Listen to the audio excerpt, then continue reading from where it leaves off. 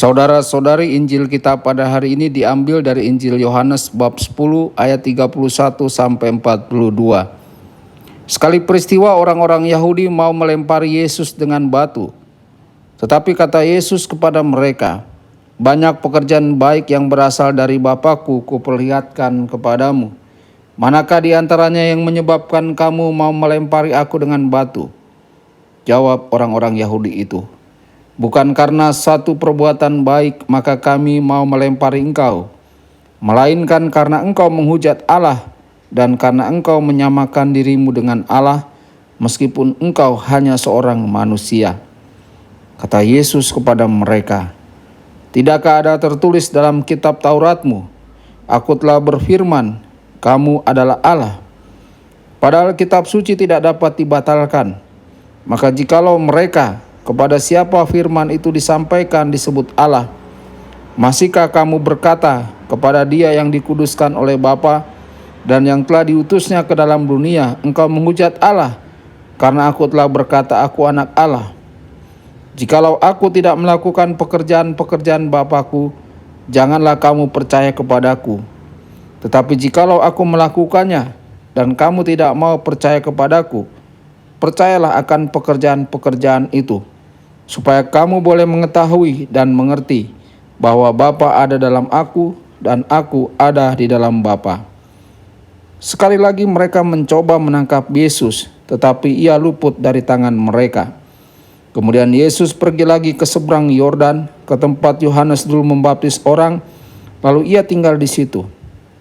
Banyak orang datang kepadanya dan berkata, "Yohanes memang tidak membuat satu tanda pun, tetapi semua yang pernah dikatakan Yohanes tentang orang ini benar."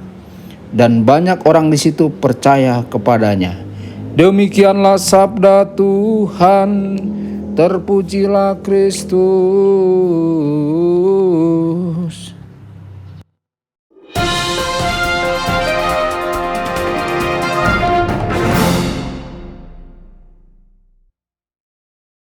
Saudara dan saudari terkasih dimanapun Anda berada, jumpa lagi dengan saya Romo Tedens dalam saluran Warta Kabar Sukacita.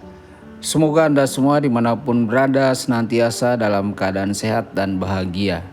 Saudara-saudari, dalam bacaan Injil hari ini, Yesus mengajarkan bahwa iman kita tidak hanya didasarkan pada apa yang dijanjikan Tuhan, tetapi juga pada apa yang telah dilakukan Tuhan. Kristus menunjuk pada pekerjaannya sebagai dasar untuk iman kepadanya sebagai putra. Bahkan jika kamu tidak percaya padaku, percayalah pada perbuatanku. Saudara-saudari, karya terbesar dari semua ini adalah kebangkitannya dari kematian yang akan kita peringati beberapa hari mendatang. Karya selalu lebih kuat daripada kata-kata. Kata-kata dapat meyakinkan pikiran, tetapi perbuatan menggerakkan kehendak untuk bertindak, untuk mengambil keputusan. Yesus terus melakukan karya Bapa sampai pada hari ini, terutama dalam Ekaristi dan sakramen belas kasih Allah serta sakramen-sakramen lainnya. Saudara-saudari, apakah kita melihat karya-karya ini sebagaimana adanya tindakan sejati Kristus dengan kuasa untuk mengubah? Kita tidak pernah meremehkan pentingnya dan kekuatan kesaksian pribadi dunia sekarang ini. Kita dibanjiri dengan informasi dan rangsangan eksternal dari semua jenis. Kata-kata, gambar, dan slogan berlimpah. Namun dengan latar belakang hiruk-pikuk ini, karya kekudusan sejati berbicara lebih kuat dari sebelumnya. Paus Paulus VI mengatakannya dengan sangat baik. Manusia kontemporer lebih membutuhkan kesaksian daripada argumen. Dalam hidup kita, apakah perbuatan kita sesuai dengan kata-kata kita? Apakah pekerjaan kita berbicara sendiri tentang apa yang kita akui atau kita imani? Atau apakah kita hanya berbicara dan tidak melakukan apa-apa? Sabda Tuhan memiliki kemampuan khusus untuk menembus hati dan nurani manusia. Kita perlu mempercayai kemampuan mentransformasikan dari kitab suci. Ketika kata itu diasimilasi ke dalam kehidupan orang beriman, kekuatannya menjadi lebih berlipat ganda. Penentangan yang luar biasa, bahkan ganas yang dihadapi Yesus di tangan musuh-musuhnya, tidak dapat membuat orang lain tidak percaya kepadanya. Misteri ini berulang kali terjadi dalam kehidupan gereja. Di mana ada penentangan terbesar terhadap pesan Injil, di situ juga ada pertobatan terbesar. Di mana dosa bertambah banyak, kasih karunia berlimpah-limpah.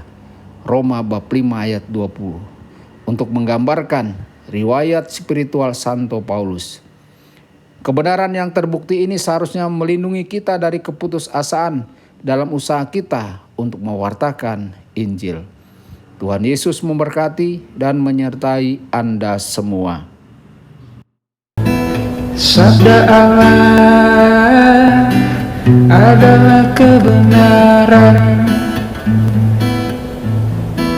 Sabda Allah adalah kehidupan.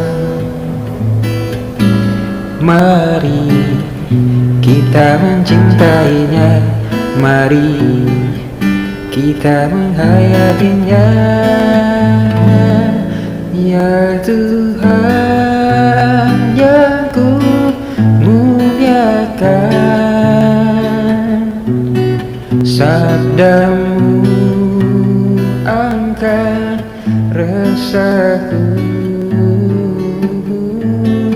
Mari kita menghayati